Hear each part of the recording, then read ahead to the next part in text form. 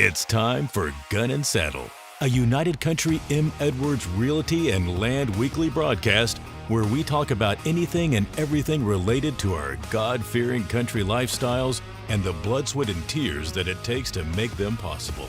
Join Monty Edwards and Pierce Lancaster as they take a deeper look at the land we all love and the people that call it home. This is Gun and Saddle.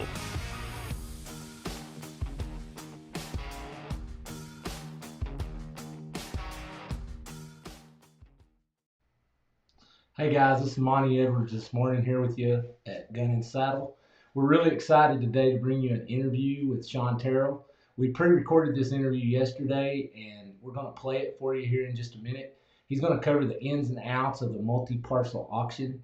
We've got a really good multi-parcel auction coming up on July the 14th. We're going to be having that at the Bailey County Civic Center. And it's going to be an offering that is in Lamb County, just up close to Earth in Spring Lake, Texas. We wanted to be sure today to put this out here to help educate buyers in the area about multi-parcel auctions. Many of you may have took part in them in the past, but we wanted to bring Shawn in. He's going to be the auctioneer at this multi-parcel auction. He's also the president of Auction Services for United Country. So without further ado, I want to go ahead and get into the auction. You can make comments. This was pre-recorded, but we will be monitoring the comments live. So please feel free to do that. Once again, thank you for joining us on Gun and Saddle, and I hope you enjoy the interview.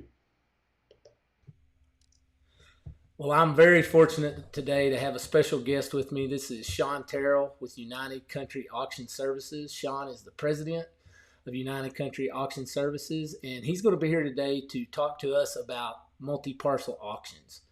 We're really excited about that here because we've got one coming up July 14th. And thought it would be really good and beneficial for our viewers and people that listen here to take some time to talk to Shawn about multi-parcels. But before we do that, I'd like to give Shawn a chance to introduce himself. Well, good afternoon, Monty. I appreciate you having me on. So this is going to be exciting. This is a great topic because I think that there's a lot of lack of education in the marketplace for it. So I've been teaching and utilizing the multi-parcel auction method for quite a few years now, and I've taught that to a lot of auctioneers across the country. So this should be a great show topic for us today. I'm Shawn Terrel. I'm the president of United Country's Auction Services. I've been an auctioneer for 30 years, licensed in multiple states. I've conducted auctions across the country over the past 30 years, and somewhere in the neighborhood of around 4,000 auctions to date. So I'm starting to, some days I feel like I'm starting to get it figured out, and then somebody corrects me. But yeah, but I appreciate you having me on the show. We'll be prepared to talk here. Well, we're very glad to have you. As I've been preparing for this auction and been working with you guys, there's been a lot of questions that have come up as we've started showing the property. We've had folks asking questions about multi-parcels. I wouldn't say that we never have multi-parcel auctions here, but we probably don't have as many in this neck of the woods as you do in a lot of other places. So we've got some guys. I've talked to some of the potential buyers on this that have been involved in multi-parcels. But far and wide, most of the people have not had a lot of experience with that here. So I thought there was a few questions that I thought I had that I wanted to bring up that I've had asked to me, and then I thought I know you can fill in the gaps with a lot of others. I guess the first thing, though, before we get into questions, I thought it'd be good if you could just kind of briefly lay out the format of how the multi-parcel auction would work when we start on July 14th.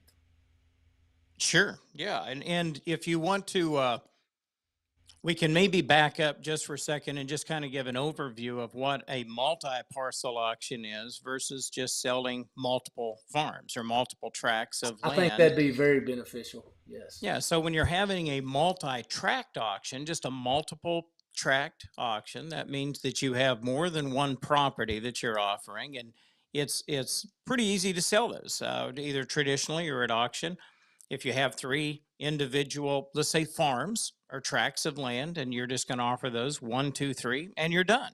When you get to the high bid on each of them, you're finished. If somebody wants to buy one or two of those farms, and they're maybe adding those to their operation or to justify moving a little farther out from where their area of operation is, it would take a certain amount of land to make that worthwhile. Then they'd have the opportunity to buy those. And that's really, I believe, especially in the agricultural and the farming community, that's where the multi-parcel bidding process, it really came from, is people wanted some assurances that if I need at least three of these farms, let's say they're, for easy math, they're 100 acres a piece, and there's three of them, there's 300 acres, and there's 10 farms selling that day. But I have to buy at least these 3 or 4 farms to make it worth my time to come an hour outside of my band of operations to move equipment out there and to, have employees to come out and to service that. It's got to be at least worth my time. So I want some assurances if I win the bid on farm 1 and farm 2, I don't have somebody take farm 3 away from me at the last minute.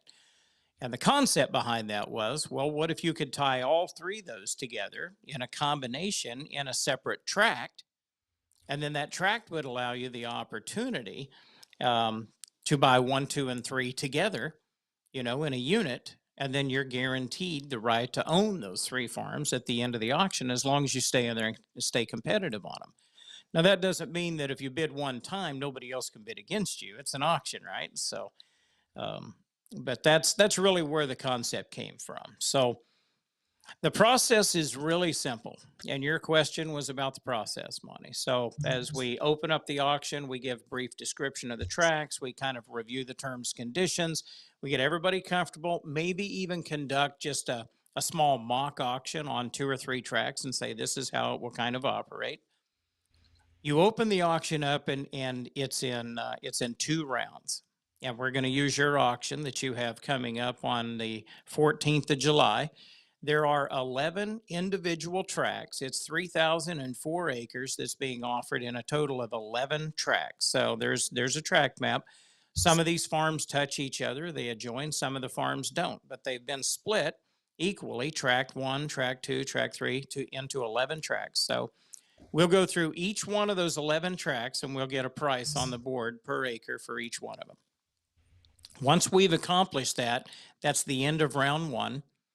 And then in round 2 is where you let the operators start looking at the property and saying, now I want to buy 1, 2, and 3 together, or I want to buy 5 and 6 or 7 together. That's where they can create the combinations, or in the second round of bidding. That also, if you have individual tract buyers that get outbid, they can still compete on the individual tracts. So everything's still open for bidding individually, as a combination, or the entire property. It's all still open for bidding in round 2. And then once we've all the culmination of that, once we have absorbed all of the bids in the room, all of the capital, all of the bidding activity, we will close that auction simultaneously. So everything, it's on a clock. And we say, folks, we're going to close this in 1 minute. We'll count it down, 30 seconds, 15 seconds. If we don't have any more bids, notoriously, somebody will raise their hand and they say, hold on, I've got a raise on track 2, or I've got a raise on 3, 4, and 5. We would restart the clock at that point.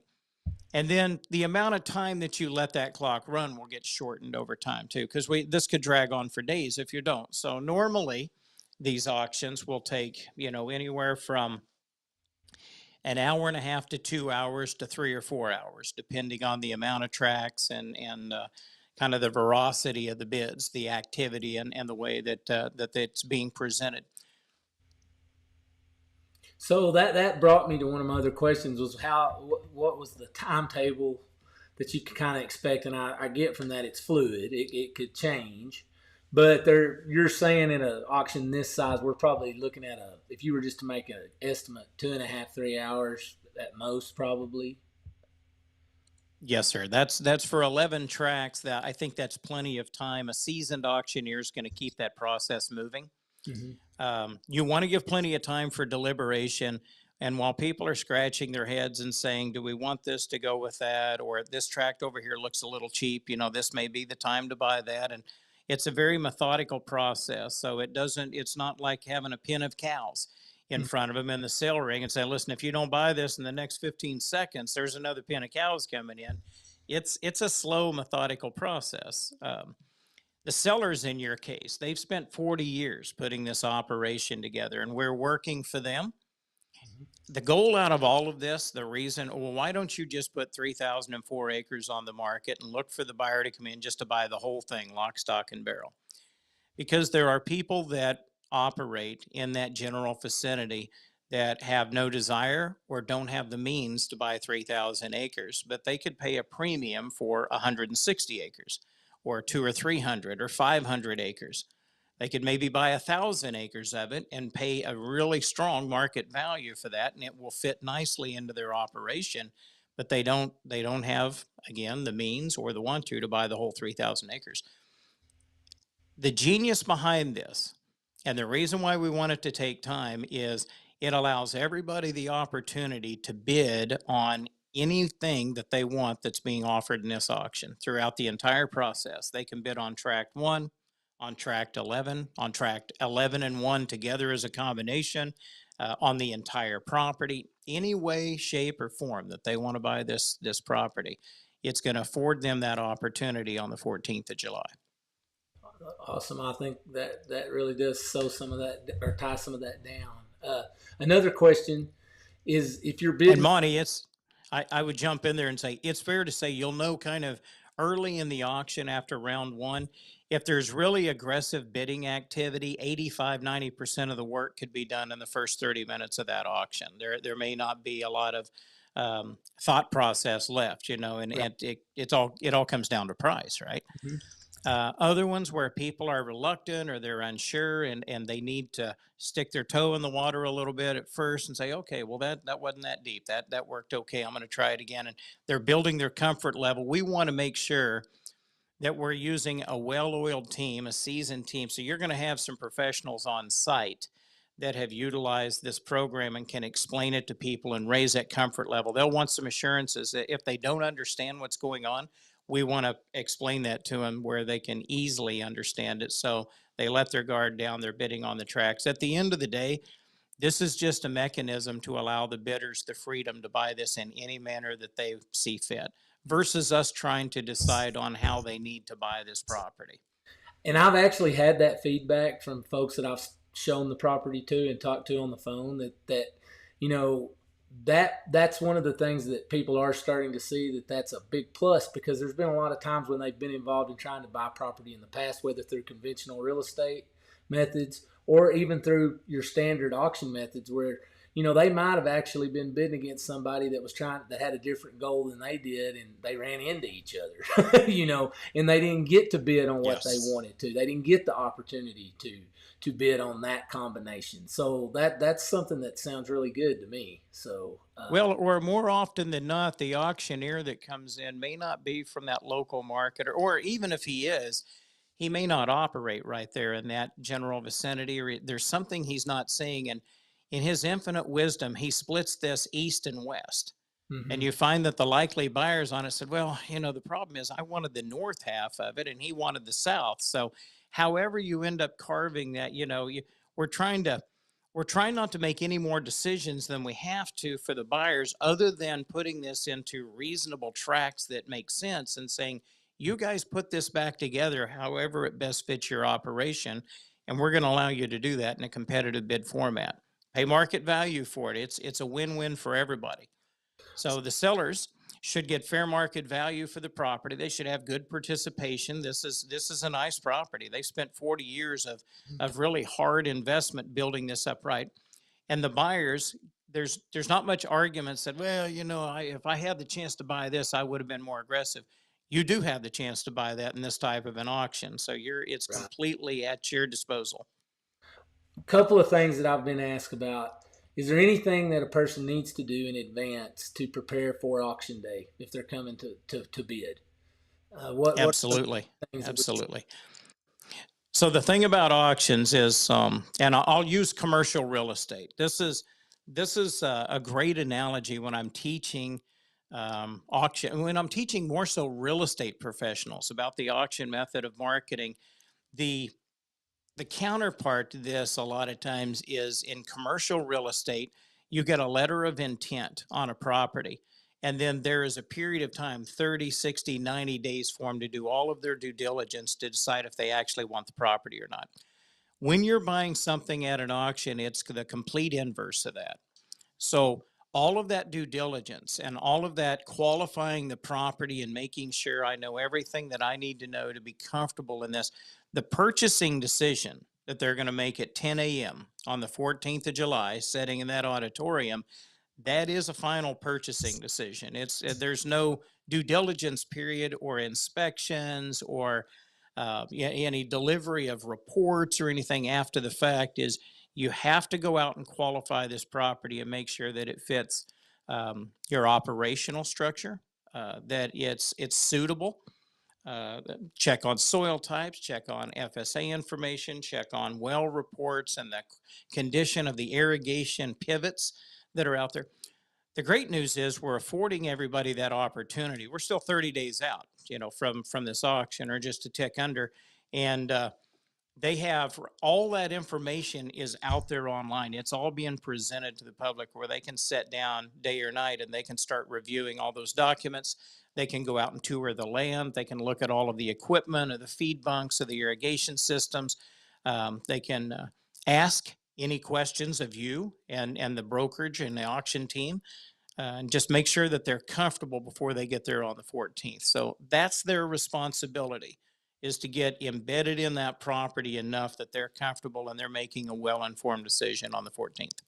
And I can't stress enough how that's one of my big roles in this, and I do want to get people out on the property. So I know there's, I know sometimes people say, oh, I don't want to, take up too much of your time. No, this is what I'm supposed to be doing right now. So, we want to get out, get them on the property, let them ask questions, get them the information that they need. I do think we've got most all the information they could ask for available. The other thing that you brought up that I wanted to be sure people understood too is that one of the questions I've had come up is, do I have to walk into the sale that day with the cash to buy the farm? And I'd like for you to speak to that so people have an understanding of how that will work. I think if you have one of those green money suits that Yes, you can wear in there, that's a show of force, right? Yeah, that's right. No, you to come prepared to an auction most of the time, and I believe in this auction it requires a 10% down payment. Mm-hmm. So estimate what you would anticipate. I'm going to spend, up to $500,000, or I'm going to spend up to $5 million in this auction. So kind of estimate where you think you may end up. Most people that are buying this have some reasonable expectation of value. Yes. They understand that this property it's 2,000 or 3,000 or whatever dollar per acre property it is. They can apply that towards the amount of acres that they intend to buy and say, well, we should be somewhere between $2 and $2.5 million. You'll know what 10% of that is, and just be prepared to put that down within 24 hours at the auction. That's the only requirement. So there are auctions out there that require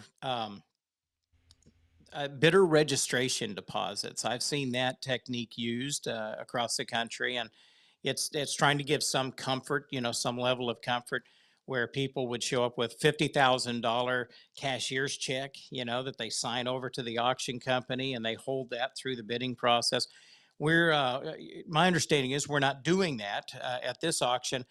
You're going to be credit qualified.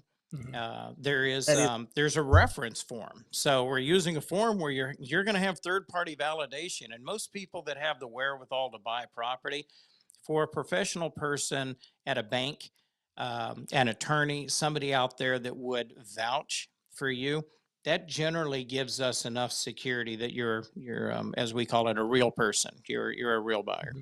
Correct.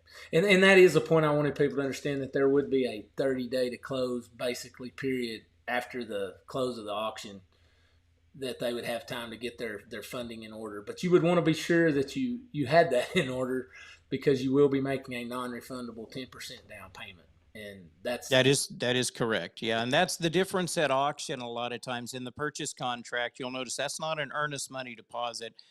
You're actually making a down payment on mm, that land, yes, and that down payment is going.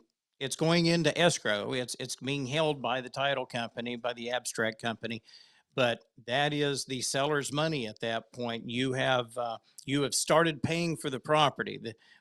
Within I believe it's 24 hours after the auction, you have to make that deposit. Um, Signing that purchase contract, making that deposit, and just a hypothetical. So if you spent $3 million that day, 10% of that's $300,000. You would put that down. In 30 days, you would show up at the closing table with 2.7 million and buy the rest of the property. How you get that 2.7 million, as Monty just mentioned, you should already contemplate that. That should already be in the process. Say, I have access to that money now. We know exactly where it's coming from. We're not going to go apply for a loan and hope that it goes through. And you're going to want to confirm that you can finish paying for that. Nobody wants to make a $300,000 mistake. that's correct, correct.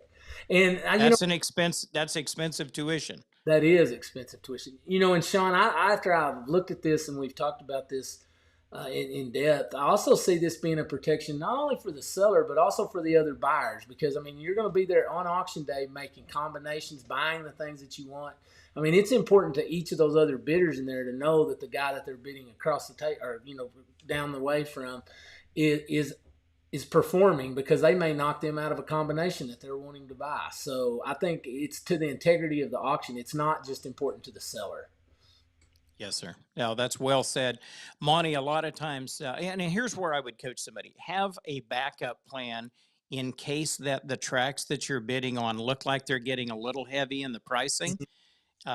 You will see something else on the board that you can mold and make into a great property. If it's got the attributes that you need to fit into a farming or a livestock operation, or if you're looking at the buildings, or if you're looking at maybe the home. There's a few different things. There's cattle. There's a great cattle facilities in this auction. There's irrigated cropland. There's just a mixed bag of a lot of things. So be prepared with your first choices. So, the kind of the roadmap of where you want to be at the end of it. But if you get kind of rerouted off of that roadmap, and you say, what's our fallback plan? We really would like to have about 600 acres of this or 800 acres of it, and tract 1 or tract 3 is getting just too excessive, just grossly too expensive for what we think it's worth, then maybe you want to look at tract 4 or tract 7 or tract 9. So I think, if you run through some of those scenarios ahead of time, it makes it easier in that room. And obviously we don't often see a lot of just individuals. Sometimes it's a husband and wife, or there'll be kids, or there'll be a partner that's in there, and they're kind of scratching their heads together talking about this. So Right. these are operational. This is a business decision. We're selling a business is what we're doing, and we're selling it in its individual units. Think of it as a huge manufacturing facility that's got 11 large buildings and yards out there. And if you're going to build planes, you may need 5 or 6 of those to be able to do what you want to do. And this is the equivalent of that in the farming industry. Absolutely. Yeah. Well, So that's how you have to view it. and that brings up another interesting point, and it's something you and I have talked about. I know with the Fennels we've discussed this, having that seasoned auction team in the room to help guide the buyers along too, to understand that, hey, you may be out right now, but there could be something happen during the course where a combination gets broke and the original bidder on that single track could be back in play. So I think you made a point early when we were talking about this that you just that's a real important part of letting people understand, hey, you still may be in this deal. So I just wanted you to talk about that for a minute. So we normally will run through just a little test auction. We'll bring up the tracks that are kind of right there, maybe 1, 2, and 3. Mm-hmm. Those are always the easy targets because that's where the numbers start: 1, 2, 3, right? And let's say it's Monty. Let's say bidders in the room are you and your daughter and myself. And we each, you bid on one for $10,000 and you hold it, and your daughter bids on two for 10,000 and holds it. I bid on three for 10,000 and I hold it. So we're the high bidder on those three tracks. Very simple, right? One, two, three, Right. 10,000 each. And then Jim Smith pops up and he says, I'm a bigger operator. I want to purchase tracks 1, 2, and 3, but I want to purchase all three of them. I want to create a combination. Well, you gave 10,000. That's where you were at. Madison gave 10,000. Madison, right? Madeline. Yeah, who's close? Madeline. Sorry about that. Oh, no problem. I said that and then I thought, that's not right. Madeline gave 10,000. I gave 10,000. So the three of us, that's $30,000. And says, how much do I need to bid? Well, you need to bid. We'll raise each of those by $3,000. You need to bid $39,000. And you'll take all three of us out. And said, yes, I'll do that. So now we're out, right? We're out. And then I come back and I say, listen, I still want to buy track number 3. Or you say, I still want to buy track 1 or 2. So Monty raises his bid again on track 1. And he says, I'll bid $35,000 on track 1, or however much he needs to bid, at that point. I'll give $40,000 for it. And what he's done is he's bid enough to break that combination back up. That's more money if you count my 10,000 and Madeline's 10,000, and he had 10, I guess would be 30. So now he's bid 20,000. That is $40,000, which is more than 39. So he has broken that combination up. Well, now I'm back in. I was taken out there for a second, but I'm still the high bidder at my original bid at 10,000. Nothing's moved, but I'm back in, and your daughter's back in, and you're now at 40,000 on track 1. That's kind of the simple way that we can go through this with the audience, and they say, okay, I got it. So our instructions are, if you have bid, if you're over here on this board on the side as an individual track buyer and you were taken out by a combination, don't get up and leave the room quite yet. Don't get up. You need to sit there and watch this auction because you may be back in here in just a little bit. Yeah, and when you're talking about the 40, just so people are clear, the 40 is the aggregate. So we're saying that the aggregate total with the single track buyer, he pushed the aggregate between those 3 individual bidders to a number higher than the guy with the combination. Correct? That's right. It's always, when you get into combinations, it's always about the aggregate price. Right. And he created a combination of 1, 2, and 3. So you're going to look over and say, well, what are the individual tracks of 1, 2, and 3? You put those together and then make him bid something above that amount. Right. The computer will process that and say he needs to bid this much, and he can take all 3 of those people out and own that as a combination. But at any time, somebody can bid and break that combination back up. Normally, Monty, once we're about 30 minutes or so into this auction, they'll start to, the parcels will kind of flush out. They'll kind of start showing you where they're headed. Right. Well, and another point that I wanted to be sure people got, and you told me this was the norm at your auctions, but we're going to have whiteboards where we're going to be keeping track of things for the audience to see. Also, there will be a video screen that we'll have up that'll have color-coded tracks and parcels so people can follow who's got the bid. We're going to be in a big room there in the Civic Center, so they'll be able to really see what's going on there. And so I think all of that's going to lean towards, folks don't need to walk into this situation being intimidated or anything like that, because this is the goal of what we're doing there is to make sure everyone understands what's going on. Sorry about that. Let me Okay, sorry, the phone ringing. No, that's exactly correct. And the most advanced thing that we've used in probably, I don't know, the last 10 or 15 years is a projector with that large screen. We'll have a 7 by 10 foot screen at the front of that room that is projecting what we call the Tote Board, which is the current standings of all tracks and who's in the lead, and also a map.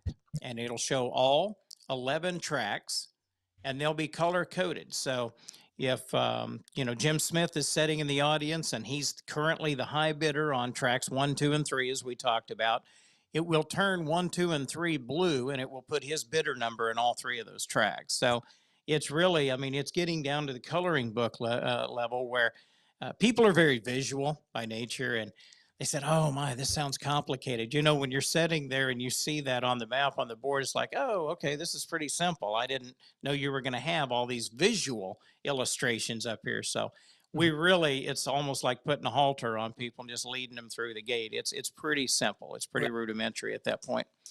Well, We've and been doing this for a very long time, and I will tell you that the hiccups are normally the number one hiccup in a multi-parcel auction is somebody believing that they were out on an individual track and they just get up and go get in their car and go home. So, well, that's all I was, yeah, that's all I was going to give.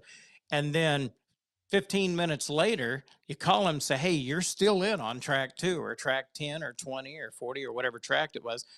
Said, "No, no, no, I didn't bid again." Said, you're still in at your original bid. That combination was broken up and you don't have to raise your bid. You don't have to pay any more money. What you bid that first go around, that's still, as a runner up bidder on that in those combinations, that's still a live bid.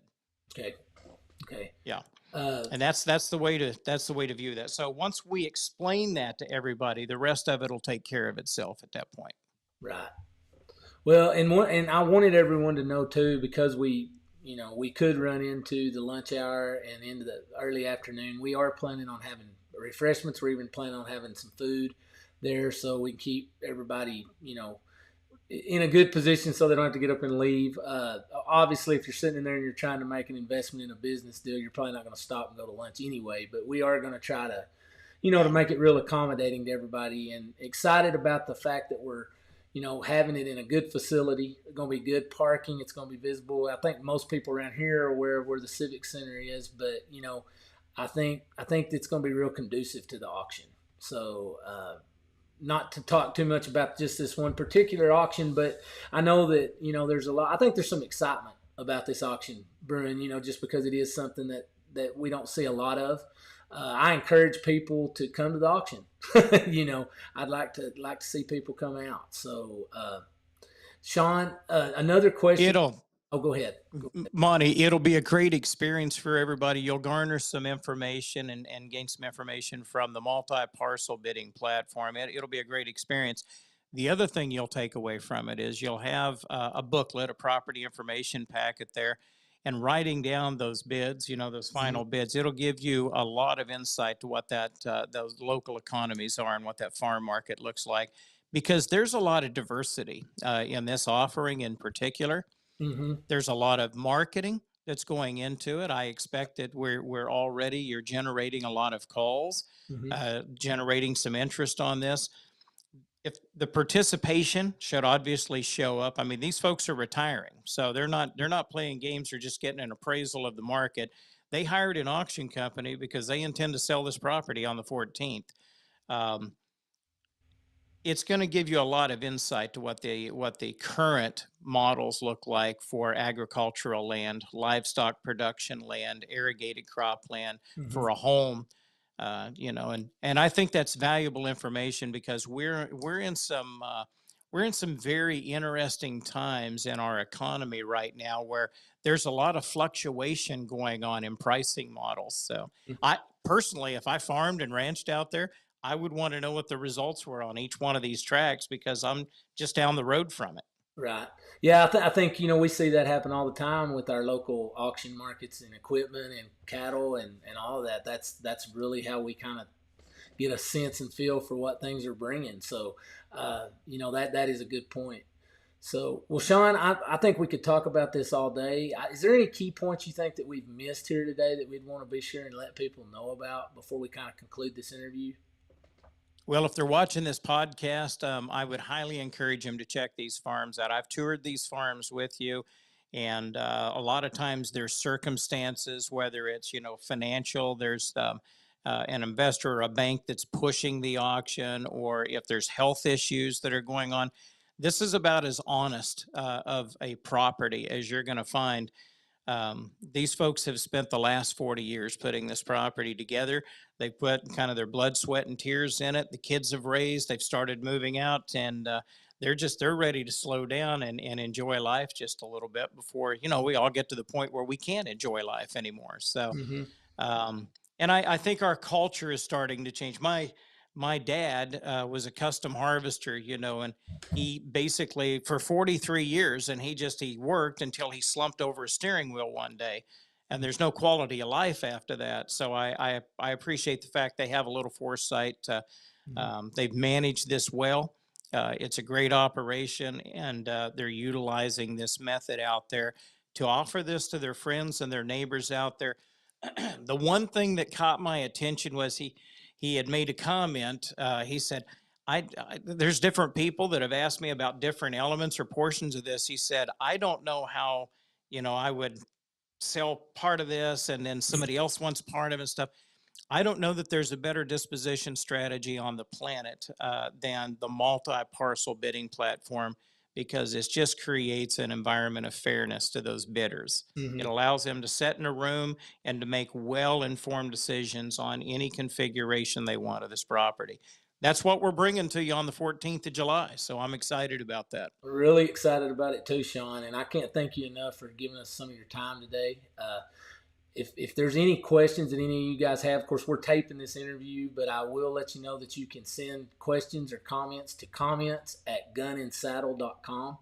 We'll get those questions answered and try to get you some information if you have anything that you wanted to ask us based off this interview, and be glad to help you guys out. So, Shawn, if you don't have anything else, I'd like to thank you again for being a part of this, and just welcome and encourage everyone to be a part of the auction on July 14th. Also, if you have an interest in scheduling a time to come out and see the property, please give me a call at 806-786-5426. You can also reach me at my email, which is Monty with a Y, Monty at medwardsland.com. So, Shawn, look forward to seeing you later in a few weeks, and thanks again. You bet. Thank you, Monty, for having me on your show today. Thanks. Well, guys, I hope you enjoyed that interview. I really enjoyed the opportunity to get to sit and talk with Shawn. Again, if you do have any additional questions, please feel free to email me at monty@medwardsland.com or our Gun and Saddle email at comments@gunandsaddle.com. Please get in touch with us. We're showing the property daily. We'd like to get you out there, take a look at that property, answer any other questions you have. Get in touch with us if you're interested in registering as a bidder.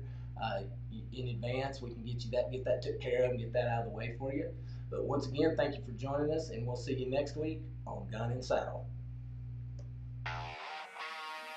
Thanks for watching Gun and Saddle, a United Country M. Edwards Realty and Land weekly broadcast.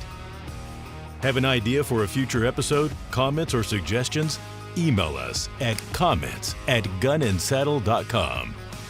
Remember to subscribe or follow us today. Join us again next week for a deeper look at the land we all love and the people that call it home. This is Gun and Saddle.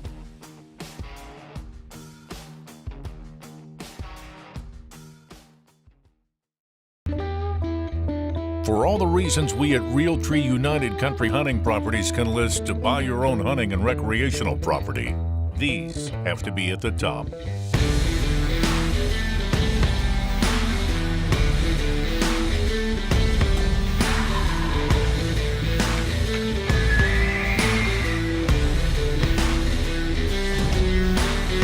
Contact your local Realty Land Pro and turn your passion into possibilities.